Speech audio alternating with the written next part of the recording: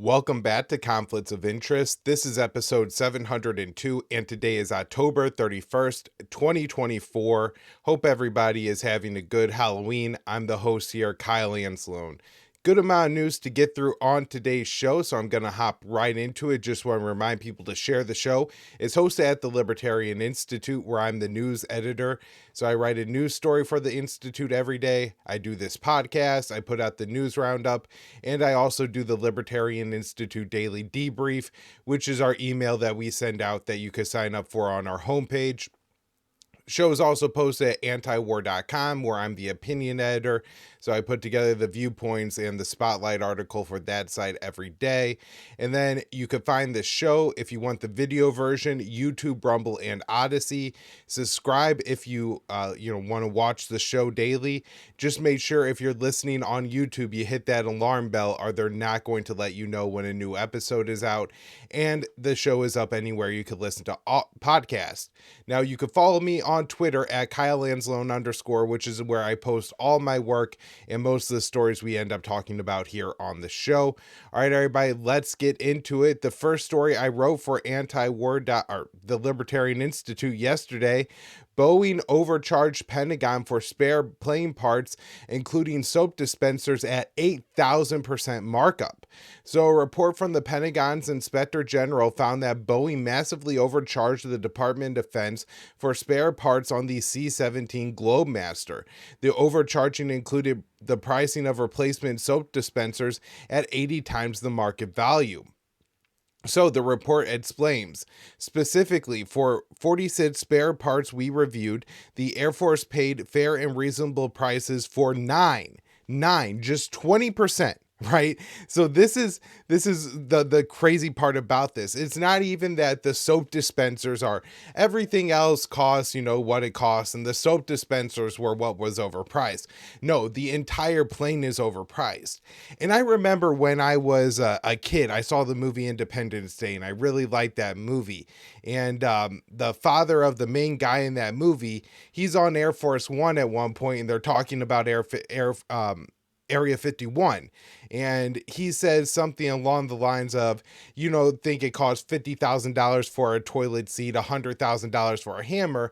And basically what I had always thought growing up, and I think what a lot of people thought was the case, was that when you're talking about overcharging, the Pentagon overcharging, overbilling for certain things, that what's really happening is, this is black market money, so they could do all the covert things that they can't put in the actual budget. But that's not what's happening here. They really just are overcharging the Pentagon. This is Boeing, what is a semi-private company. I don't like using the term private company to refer to these defense makers, because all the income that goes in, all the revenue going into these companies, that's all from the people. I mean, they are essentially just collecting tax money, right? The only thing that's private is the gains, because most of the employees, not the people who actually make the weapons and don't make a whole lot of money, but if you look at, the people at the upper levels of these companies, they're all from the government too, right? Lloyd Austin was at CENTCOM. He was a general. Then he got a job at Raytheon, and now he's back at the Defense Department. I'm sure after he's done, he'll be back at Raytheon, right? So this is not like some kind of black market thing. They really are just stealing from the American people.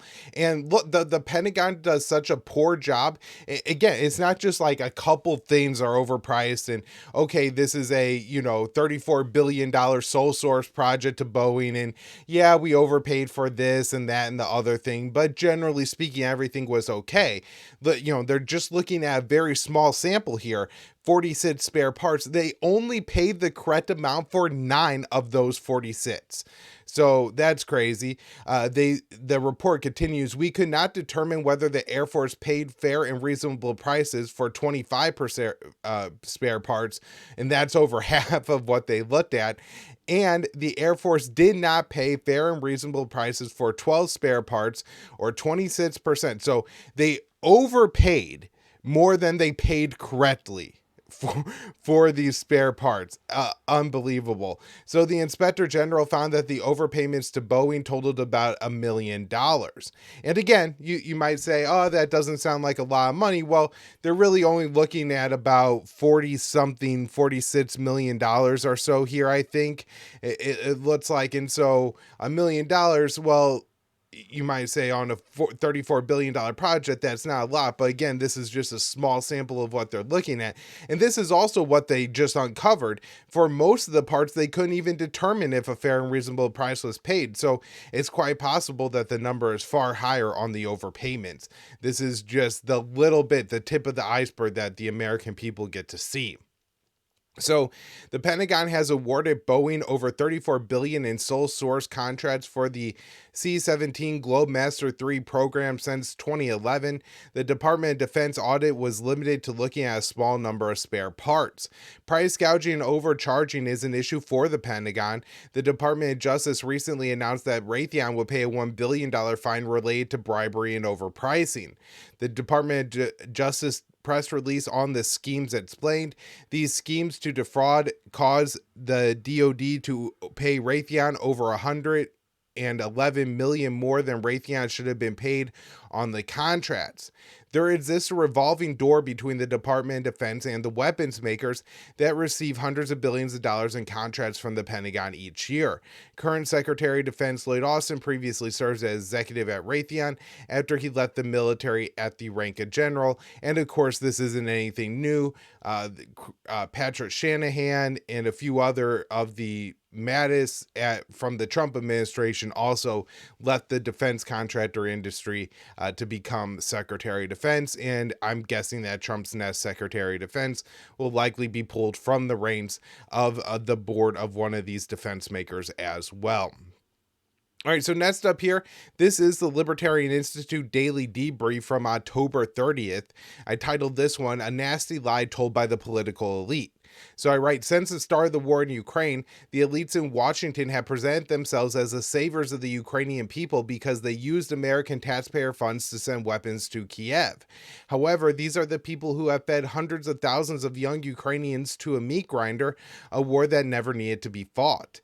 In fact, it is those same politicians in Washington who most proudly proclaim their moral superiority that were the best positioned to stop the war in the first place. The war in Ukraine is not a result of Russian President Vladimir Putin's dream to reconstruct the Soviet Union. Rather, it was the result of Washington expanding its NATO alliance to Moscow's doorstep. Prior to the Russian invasion of Ukraine, Moscow offered to negotiate with Washington. The Kremlin asked the White House to close the door on eastward NATO expansion, cease provocative war games on Russia's borders, and remove missile launchers from Eastern Europe capable of firing nuclear-capable cruise missiles. Now, I think this is really important because it's presented as Ukraine was going to have to make massive concessions and a real loss to their sovereignty in order to negotiate with Russia, in order to prevent the invasion. But what we have seen, and this was really the case for at least the first 6 months of the war until September of 2022, that Russia wasn't looking for any additional territory of Ukraine's. They were going to keep the Crimean Peninsula, and this was a result not only of history and a vote on the Crimean Peninsula where there's an overwhelming number of people who wanted to join the Russian Federation over remaining part of Ukraine, but also just as backlash to NATO overreach and the fact that Washington pulled 2 coups in Ukraine over the course of 12 years, and this was just, or 8 years, and this was simply too much for the Russians to take, and so they took Crimea in response. But other than that, they weren't going to take the Donbass, and what they wanted Ukraine to do, other than limit the number of NATO weapons they receive, was most of the other requests were things that Washington was going to have to comply with, not Ukraine. And so for those of us who this whole time have been saying, let's end arms shipments to Ukraine, the propaganda and the rebuttal has been, you hate the Ukrainians, you love the Russians, you just want the Ukrainians to die, you want the Ukrainians to surrender. We can't do that because because if not, Putin's going to invade Poland next, and the Ukrainians are all going to be living under Putin's thumb, and he's a dictator and he hates international law, and so we got to fight. And again, those of us who are anti-war and who have been advocating the ending of shipping weapons to Ukraine, at the same time, I have been very vocal about this, that we have plenty of room to negotiate with the Russians on, and we could get the Ukrainians a better deal than they otherwise would get. And it's just a complete refusal by Washington to go down the diplomatic pathway to get Ukrainian a deal to end this war. But back to my piece here. But the Biden administration did not take Putin's offer to negotiate seriously, so Russia invaded and launched its war. Why? One possibility is that the White House viewed Ukraine as a way to weaken Russia, as Pentagon Chief Lloyd Austin has previously declared. What is left unsaid, however, is weakening Moscow comes at the expense of a massive number of Ukrainian lives. We Americans, those of us who have stood firm the past 2.5 years against supplying arms to Ukraine, are the only Americans truly supporting the Ukrainian people. We are pushing our government to enter seriously into talks with Russia to establish a stable European security environment. Those who flood with Ukraine's with weapons are merely sacrificing more Ukrainian lives in a feeble effort to maintain Washington's world empire. And look, there are some Ukrainians that are, very much invested in the American way of looking at this war, including Ukrainian President Zelensky, who has asked the U.S. for Tomahawk missiles as a part of his victory proposal. So hopefully this is as laughable to the White House as it seems to me, and that they don't even consider this, but who knows? So this one, Dave DeCamp, antiwar.com. Zelensky has asked the U.S. for Tomahawk missiles, which are capable of carrying nuclear-capable warheads and have a range of over 1,000 miles, a request that is a part of his so-called victory plan. Zelensky did not make that part of his plan public, but the request was revealed by an unnamed U.S. official speaking with the New York Times for a report that was published on Tuesday. The report said that the idea of giving Ukraine Tomahawk missiles was totally unfeasible. So the report reads, a Tomahawk has a range of 1,500 miles, more than 7 times the range of the long-range missiles system called the ATACMS that Ukraine got this year, and the United States has only sent a limited number of those, the senior U.S. official said. So on Wednesday, Zelensky made clear that he was angry over the leak and said, and this was confidential information between Ukraine and the White House.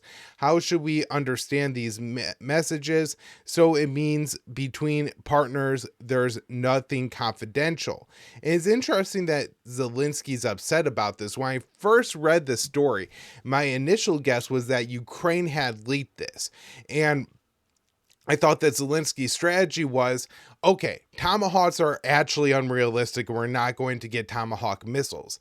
However, if we want a shorter range, but not short range, so we're talking like 250-mile range missiles like the JASSMs, these are air-to-ground fired cruise missiles, well then, if they're asking for Tomahawks, the request for the JASSM seems a little bit more reasonable.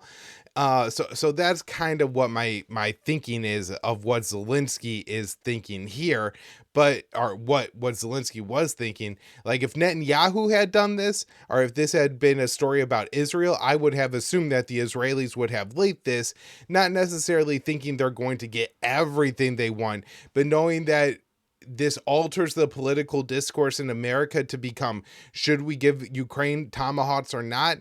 And so then again, weapon systems with a range less than 1,500 miles just politically seem more reasonable, even if that's not true at all. So on Wednesday, Zelensky made clear he was angry over the lead saying, I read that part right. Zelensky's request for Tomahawk missiles is a part of his demand for the U.S. to support long-range Ukrainian strikes inside Russia with NATO-provided missiles. At one point, the U.S. appeared poised to bat the long-range strikes, but ultimately rejected Zelensky's demands. 4 U.S. officials told the Times that Zelensky was stunned when Biden didn't sign off on the request for long-range strikes in Russia during a meeting they held in September. Russian President Putin has made clear such strikes would risk a nuclear war. The issue of Tomahawk missiles is also very sensitive, since one of Putin's main gripes with the U.S. before he launched the invasion of Ukraine was the U.S. establishing the Aegis Ashore missile defense systems in Romania and Poland that use the Mk-41 launchers, which can fit Tomahawk missiles. And again, this is something that I have been advocating. I'm saying we should tell the Russians we will remove these systems from Poland and Romania if we want to put THAAD batteries there, if we want to put Patriot batteries there. Those are less provocative to Russia because they can't also fire, at least as far as I know, the Tomahawk cruise missiles, which could carry a nuclear weapon. And so there certainly was before the invasion of Ukraine, and I still think there is now room for the U.S. to negotiate around these missile systems to get Russia to back off or back down on some of their demands when it comes to Ukraine. Now, I think this becomes even more provocative because the U.S. has developed a new Typhoon missile system, which is a covert system. It's concealed in a 40-foot shipping container and can fire Tomahawk missiles. And so, again, if the U.S. starts saying Tomahawks to Russia, I think we're getting very close to nuclear red lines there, or to Ukraine. So that would bring us very close to nuclear red lines with Russia. So I really imagine that the White House isn't going to take that step, certainly not before the end of the Biden administration, but you never know how this is going to play out, especially if the Ukrainians start to lose quickly and it becomes very apparent that, the Ukrainians are going to lose. I will say the only thing now is we're 5-6 days from the election here, so you would imagine that the Ukrainians are not going to start losing the war in the next 5 to 6 days. And in that way, the U.S. may be less incentivized to do something radical to stop the bleeding because there's not the fear of losing the election. All right, so next up here, we're shifting over to the Middle East. Biden admin overwhelmed with reports of Israel using weapons to kill civilians, but has not taken any action. So this one, Dave DeCamp, October 30th, antiwar.com. The Biden administration has been flooded with nearly 500 reports of U.S. weapons being used by Israel to kill civilians unnecessarily, but no action has been taken, the Washington Post reported on Wednesday. By refusing to act, the State Department is in violation of policy and laws that was started in August of 2023 as a response to U.S. concerns over weapons being used by Saudi Arabia and the UAE to kill civilians in Yemen. The policy, known as the Civilian Harm Incident Response Guidance, CHIRG, process directs U.S. officials to investigate incidents and recommend action within 2 months. So according to a Post, not a single of the 500 reports has reached the action stage. U.S. officials have said the process has become functionally irrelevant because senior U.S. officials in the State Department are dismissive of any non-Israeli source, which, I mean, there's plenty of Israeli sources, particularly these soldiers, filming themselves and posting on social media. And so maybe we should start submitting those to the State Department to try to get some attention here if they're not going to believe the Palestinians when they're being murdered. So Mike Casey, a former State Department official who resigned in July, said senior State Department officials often dismiss the credibility of Palestinian sources, eyewitness accounts, non-governmental organizations, the Palestinian Authority, and the United Nations. Sources told the Post that at least a quarter of the cases had been dismissed in the first 3 investigative stages because they were deemed not credible or officials thought the U.S. weapons weren't used. The rest of the cases have reached the verification stage, but that has only involved asking Israel about the cases, giving the Israel government a chance to make excuses for its own crimes. A former official said, "We asked the government of Israel about the cases. Did you forewarn? Did you hit this school? Or did you hit a safe road or safe zone?" More than 2/3 of the cases remain unresolved as they are pending a response from the Israeli government. State Department spokesperson Matthew Miller had made clear throughout the past year that the U.S. has been deferring to Israel when asked about atrocities committed with U.S. weapons. On Tuesday, Israeli strikes on residential buildings in northern Gaza killed at least 109 Palestinians, including more than 24 children. In response, Miller claimed the U.S. was deeply concerned about the horrifying incident, but only said the U.S. would ask Israel about the attack and didn't call for any investigation or suggest U.S. action will be taken. He said, "We have reached out to the government of Israel to ask what happened here. The U.S. is in violation of multiple foreign assistance laws by continuing to supply weapons to Israel as it intentionally blocks food aid to the starving Palestinian population and slaughters women and children on a daily basis. A group of American healthcare workers who volunteered in Gaza estimate the U.S.-backed Israeli bombing campaign and siege has killed at least 118,000 Palestinians, including over 60,000 who are starved to death. The U.S. has spent at least $22.76 billion on supporting the genocidal campaign in 1 year, including $17.9 billion in direct military aid and $4.8 billion on military operations to support Israel in the region." Now, next up, these two stories together are just truly unbelievable that the U.S. could continue to support Israel through everything, right? You have hundreds of cases of U.S. weapons being used to kill innocent Palestinians unnecessarily in Gaza. The White House is refusing to act. You've had the U.S. saying for months that Israel needs to allow more aid into Gaza, and Dave writes here, Gaza aid at its lowest level yet. So the amount of aid entering Gaza has fallen to its lowest level since Israel unleashed its brutal military campaign on the territory in October of 2023, as Israel imposed a starvation blockade on northern Gaza earlier this month. So according to the United Nations, only 703 trucks of aid entered Gaza between October 1st and the 22nd. The number marks a significant decline in the previous rate of aid entering the Strip. In September, just over 3,000 trucks were allowed into Gaza, which was already the lowest rate of any month in the past year.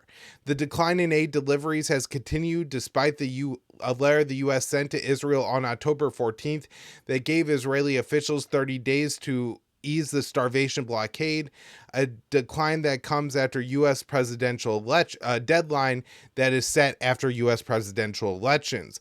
The letter calls for Israel to allow 350 trucks into Gaza per day and said that the demands were not met. There would be implications for U.S. policy related to foreign assistance laws.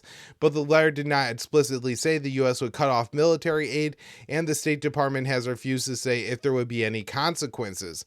Hala Haret, a former Arab language spokeswoman with the State Department who resigned over U.S. support for the slaughter in Gaza, said the letter was clearly a pre-election public relations ploy. She also noted that the U.S. was violating foreign assistance laws by providing military aid to Israel, as it is purposely preventing aid deliveries to starve the Palestinians. At the beginning of October, Israel ordered hundreds of thousands of Palestinians to evacuate northern Gaza and cut off aid deliveries into the area, following an outline of ethnic cleansing known as the General's Plan.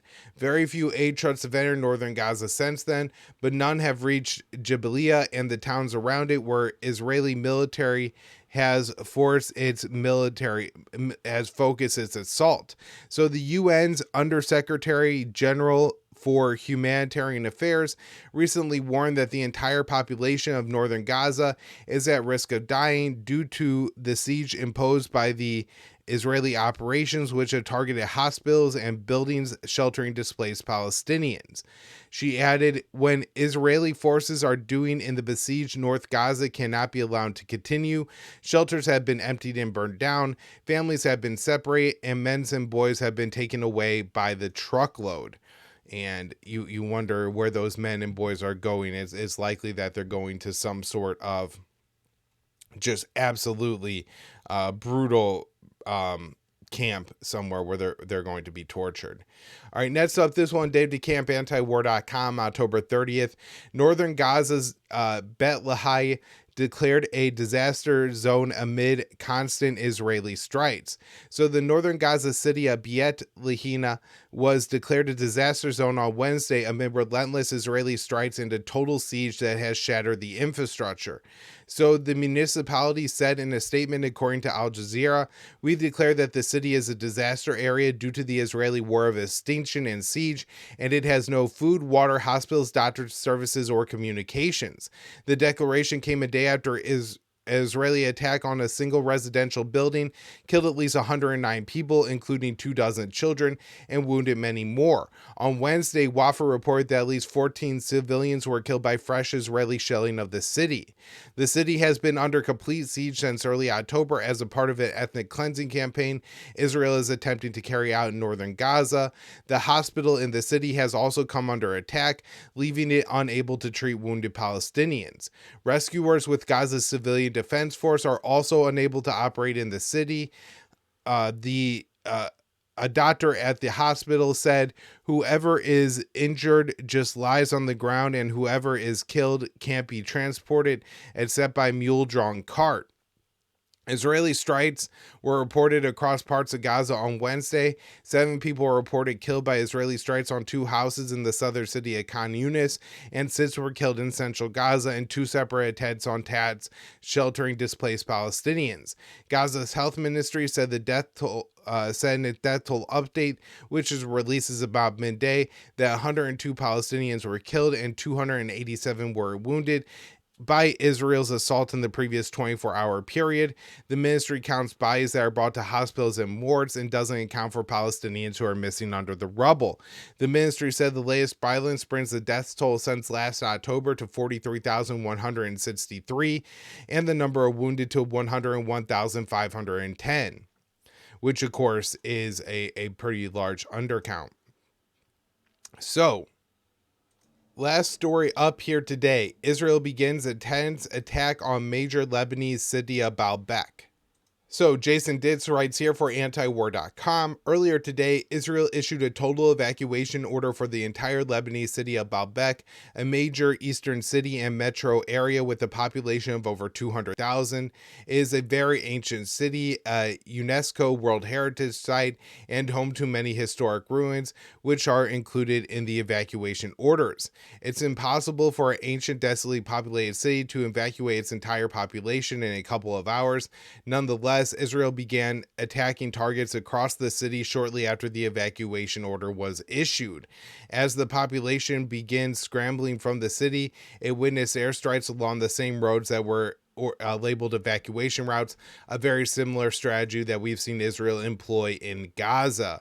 Early indications from the governor are that the attack is much more intense than initially thought. A state of panic is reported among the remaining population, still trying to figure out how to escape with little notice. Death tolls are far from being finalized, but an early report from the Lebanon Health Ministry is that at least 19 people were killed, and 8 of them are women.